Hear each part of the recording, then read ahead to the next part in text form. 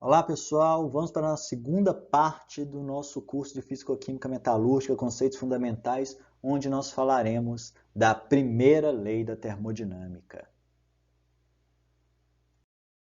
Vamos relembrar então as leis da termodinâmica. Primeiro nós temos o princípio zero da termodinâmica, ou a lei zero da termodinâmica. Nós sabemos que se eu tenho um corpo de maior temperatura em contato com um corpo de menor temperatura, a energia vai fluir do corpo de maior temperatura para o de menor temperatura. Então a lei zero da termodinâmica diz: se dois corpos estão em equilíbrio térmico com um terceiro corpo, então os três corpos estão em equilíbrio entre si. É algo até simples de nós entendermos, né?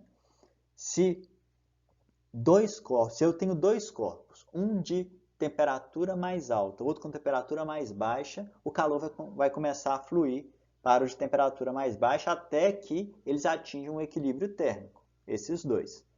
Se cada um desses dois também está em equilíbrio com um terceiro, significa que os três estão em equilíbrio. Essa é a lei zero da termodinâmica. Daí, chegamos na primeira lei da termodinâmica. A energia não pode ser criada e nem destruída, apenas transmutada. Aqui nós não estamos pensando em conceitos mais abrangentes, como conceitos quânticos, é igual a mc ao quadrado, que isso vai transformar massa em energia e energia em massa. Para a gente, para as reações metalúrgicas que nós iremos estudar, onde não vai haver, por exemplo, fusão nem fissão nuclear, esse conceito de E igual a mc ao quadrado não vai entrar aqui e nós poderemos considerar como totalmente plena a definição: energia não pode ser criada nem destruída, apenas transmutada. Dessa definição, nós chegamos nessa equação. Olha, a variação da energia, ou seja, energia no ponto 2 menos energia no ponto 1, é igual a calor menos o trabalho no meu sistema. Agora, para um sistema em que os processos se dêem em pressão constante, nós temos que trabalho é igual a integral de P dV, e se o P é constante, olha, eu tenho P integral de dV. Então, o resultado dessa integral será trabalho igual a P2 multiplicado por V2 menos P1 multiplicado por V1. Dessa definição, eu tiro energia no ponto final menos energia no ponto inicial é igual a calor menos o P2V2 mais P1V1. Eu posso agrupar esses termos dessa maneira, olha. E2 mais P2V2 menos E1 mais P1V1. E mais PV é o que nós chamamos de entalpia. Então, para um processo em pressão constante, a entalpia final menos a entalpia inicial é igual ao calor do meu sistema. E em processos metalúrgicos, nós trabalharemos em pressões praticamente constantes. E quando nós não tivermos essas pressões constantes, nós determinaremos o nosso sistema de modo que o ponto inicial e o ponto final, eles estejam sim em pressão constante. A maioria dos nossos processos respeitarão equações e leis de estado que não dependem de como ele ocorreu, e sim da sua condição inicial e da sua condição final. Então, se nós determinarmos a condição inicial uma pressão e a condição final a mesma pressão, nós vamos poder utilizar novamente a nossa equação, que entalpia no fim do processo menos entalpia no início do processo é igual ao calor do meu sistema. E assim eu consigo determinar a variação de calor no meu sistema como um todo. Então vamos lá.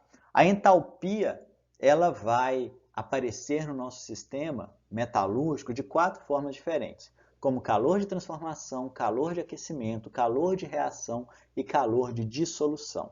O que é um calor de transformação?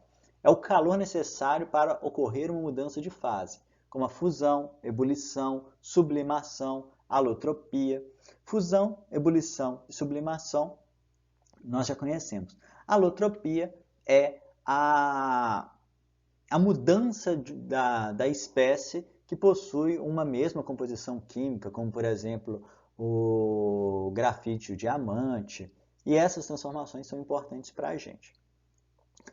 Mas as transformações de mudança de fase também são extremamente importantes, como lá no alto forno de ferro e de zinco, quando eu tenho a transformação do ferro sólido para ferro líquido, nas operações de solidificação, por exemplo, no ligotamento contínuo, quando eu tenho ferro líquido agora se solidificando, a sublimação, por exemplo, de espécies voláteis dentro de fornos, como o zinco e o chumbo, por exemplo. Então, todas essas transformações dentro dos reatores metalúrgicos irão mudar a energia desse reator. Mudando a energia, muda a temperatura dentro desses reatores. Calor de aquecimento é o calor necessário para aquecer uma substância. Se o ferro entra a 30 graus Celsius, mas a reação só vai ocorrer a 700 graus Celsius, para o meu sistema, eu vou precisar calcular essa energia que eu terei que ceder ao ferro para ele alcançar a temperatura em que a reação vai ocorrer. O calor de reação é o calor que é absorvido ou liberado durante uma reação química. A reação pode ser endotérmica, se ela absorve calor, ou ela pode ser exotérmica, se ela libera calor. E o calor de dissolução é o efeito térmico resultante da diluição de uma substância em outra. Isso que é muito importante, porque as ligas metálicas são, em geral, soluções sólidas, né? Então, terei sempre uma dissolução de uma substância em outra. E essa dissolução pode gerar uma liberação ou uma absorção de calor no meu sistema. Vamos fazer alguns exemplos para entendermos isso um pouquinho melhor. Encontre uma expressão para o cálculo de HT menos H298 para o alumínio líquido, válida para temperaturas entre 932 e 2700 Kelvin. O que eu quero? Eu quero uma expressão que me diga qual que é o ΔH de uma temperatura qualquer até a temperatura de 298 Kelvin. Por quê? Porque a temperatura de 298 Kelvin é tabelado na literatura, eu encontro facilmente. Então é mais complicado encontrar qual que é a temperatura final que eu quero. E também, para cada sistema eu quero uma temperatura. Então, tendo essa equação, eu consigo então determinar a entalpia em uma temperatura acima de 298 graus Celsius. E quando eu preciso da 298, eu já pego ela tabelada.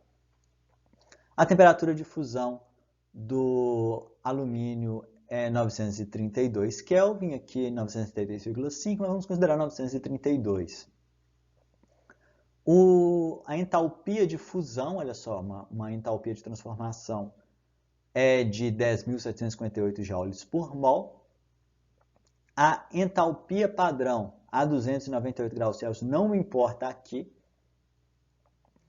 O calor específico é igual a menos 20,68 mais 12,39 vezes 10 a menos 3 multiplicado pela temperatura, isso em joule por mol Kelvin.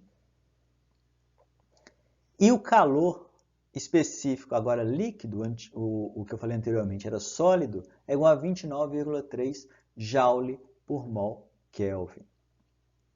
Esses dados são importantes para nós calcularmos essa equação. Porque o que vai acontecer no meu sistema?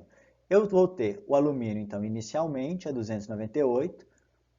Esse alumínio vai aquecer até 932. De 932 ele vai fundir, ele vai precisar de uma energia para fundir. Olha essa energia aqui. E depois ele vai continuar aquecendo. Então eu preciso, para calcular o ΔH até 932, do calor específico dele enquanto sólido, e para calcular a variação de entalpia após ele fundir, quando ele está líquido, eu vou precisar da equação de calor específico líquido. Sabendo disso, olha, então vou utilizar as equações que nós aprendemos lá em Físico-Química. Nós sabemos que entalpia é igual à integral de Cp dt. Lembram disso? Isso aqui é importante para a gente. Entalpia vai ser igual à integral de Cp dt. Então, qual que é o valor da minha entalpia numa temperatura elevada? Vai ser a entalpia padrão a 298, que já é tabelado. Então, não preciso calcular o caminho até chegar a 298, já é tabelado, deixo ele aqui. Mais a energia necessária para chegar à temperatura de fusão. Então, olha, a integral de Cp dt de 298 a 932, mais a energia necessária para fundir o material, que também é dado aqui, Cp sólido e fusão, depois mais a energia necessária para chegar até a última temperatura, integral de Cp dt, sendo Cp 29,3. Esse T é a única temperatura que eu não sei, ela vai sobrar na minha reação. Isso aqui vai me dar um valor exato, isso aqui é um valor exato. Nesse caso, como eu quero H menos H298, eu não preciso desse valor, mas ele também é exato. Eu vou jogar ele para o lado de cá da minha equação. E vou chegar, olha, nesse resultado final. O T, olha, vai sobrar dessa última integração, que é a única que não vai me dar o resultado exato.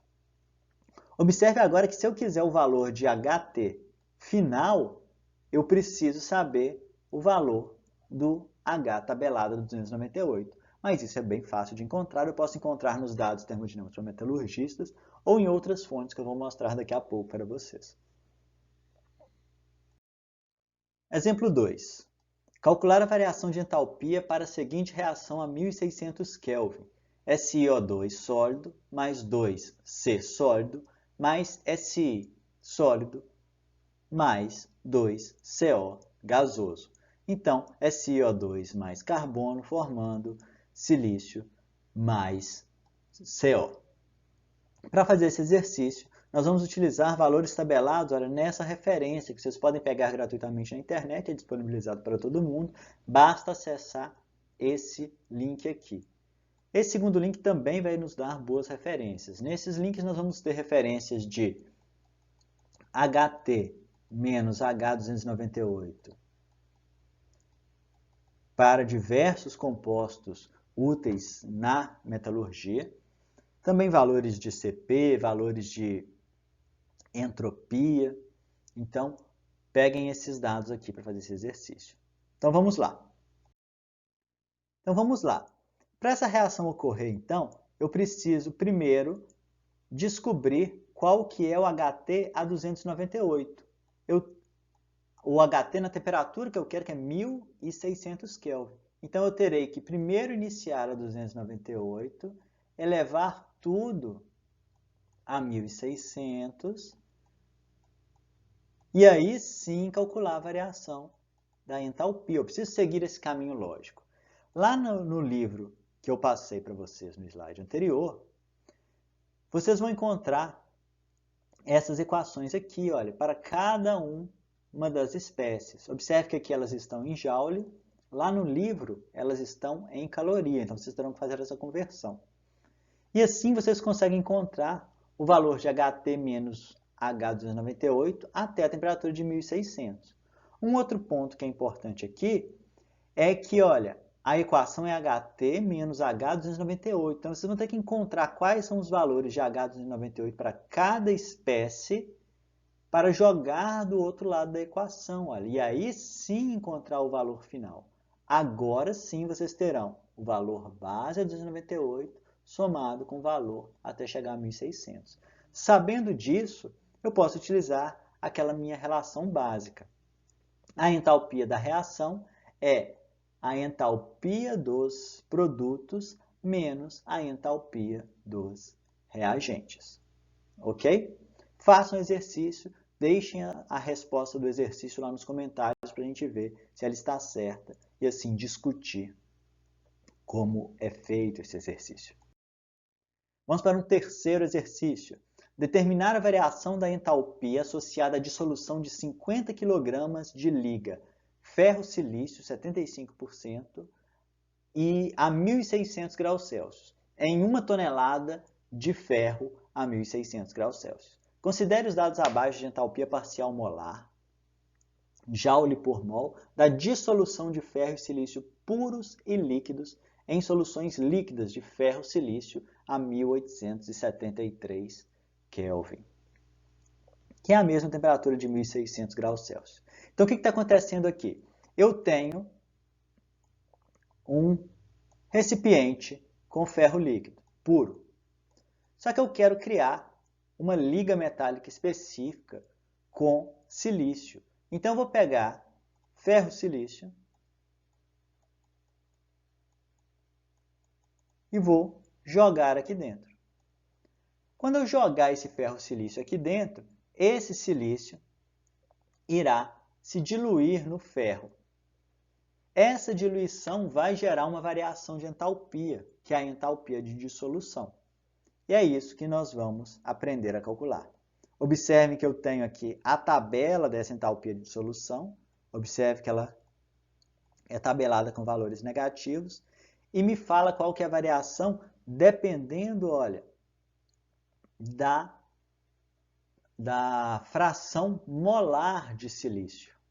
Ou seja, para diluir 0,1% de silício, eu vou ter essa variação de entalpia para o silício e essa variação de entalpia para o ferro. E assim por diante. Como que nós fazemos, então, detalhadamente esse exercício? Vou mostrar para vocês agora.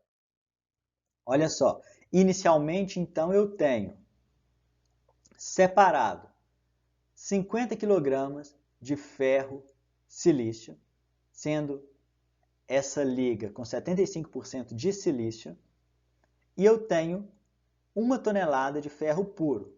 Tudo está a 1.600 graus Celsius. A primeira coisa que eu tenho que fazer é separar o ferro do silício, porque observem só, a entalpia de solução é válida para os dois lados, tanto para separar quanto para misturar. Quando eu estou se eu só considerar que eu estou colocando essa quantidade de silício dentro do ferro, eu só estou considerando a energia necessária para solubilizar o ferro, o silício no ferro. Mas eu não estou considerando a energia necessária para separar o silício do ferro inicial. Então, a primeira coisa que eu tenho que fazer é essa separação do ferro e do silício. Então, o que eu tenho, na verdade, é 37 kg de silício e 12,5 kg de ferro lá na minha liga ferro-silício. E aqui continua a mesma coisa. Vou jogar isso dentro da minha solução e vou ter no final do meu processo, olha, então, 1.050 kg de solução a 1.600 graus Celsius. Então, o que eu farei para encontrar a entalpia de solução? Eu vou calcular qual é a entalpia de solução final menos a entalpia de solução inicial. A final é o quê? É a mistura desse silício que eu joguei dentro da minha 1 tonelada de ferro. E a inicial é o quê? É a separação do silício. Então vamos lá. Primeiro eu calculo a fração molar do silício, que é a quantidade de silício que eu tinha em mols, dividido pela quantidade total, que é a quantidade de silício mais a quantidade de ferro. Isso me dá o valor de 0,069 para a fração molar. Eu vou lá naquela minha tabela e vou fazer uma interpolação dos dados, porque eu não vou ter o dado certinho de 0,069 para o silício e nem o valor exato para o ferro.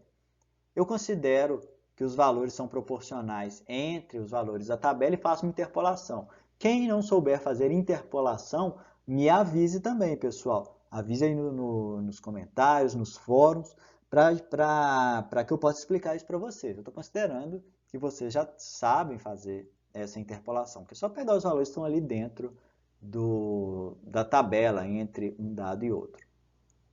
Desse modo, eu vou observar que o valor de ΔH para o silício é menos 127.000 joules por mol e para o ferro menos 285 joules por mol. Para calcular o valor da entalpia, eu tenho essa equação aqui, olha, gravem essa equação. Entalpia de dissolução é igual ao número de mols de uma espécie multiplicado pela variação da entalpia por mol da espécie, mais o número de mol da outra espécie multiplicado pela entalpia da outra espécie. Se tivesse uma terceira, eu calcularia também, colocaria mais um termo aqui na minha equação, mas eu teria que ter os valores tabelados dela. Por que eu estou multiplicando pelo número de mols? Porque eu quero o valor total em joules, ok? Então, como esse valor aqui é tabelado em joules por mol, eu tenho que multiplicar pelo número de mols inicial. Então, isso me dá o valor aqui, olha, da variação de entalpia de solução no final do processo. Mas e a energia necessária lá no início do processo?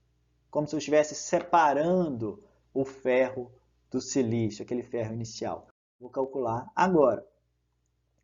Observe que aquela tonelada de ferro, ela não está entrando nesse processo inicial, não acontece nada nela. A separação só acontece lá naquela minha liga de ferro inicial, que tem uma quantidade bem menor. Então, inicialmente, olha só, eu tenho 223 mols de ferro, 1.334 mols de silício. Essa fração molar dá 0,856. Vou lá na minha tabela, faço uma interpolação novamente, vou achar que a variação da entalpia de solução para o silício é menos 9.709,36 e para o ferro é menos 9.581,75. Novamente, vou multiplicar o número de mols de cada um pela variação da entalpia de dissolução e vou encontrar o valor em joule da entalpia de solução. Mas aqui é importante, o valor tabelado é para dissolução, ou seja, para misturar o ferro no silício, o silício no ferro. Não para desmisturar, entre aspas, o ferro no silício. Então, nesse caso, eu preciso colocar aqui um valor negativo. Com esse valor negativo, agora eu encontro esse valor aqui, que é o inicial. Basta somar, então, o final com o inicial e eu vou obter o resultado final.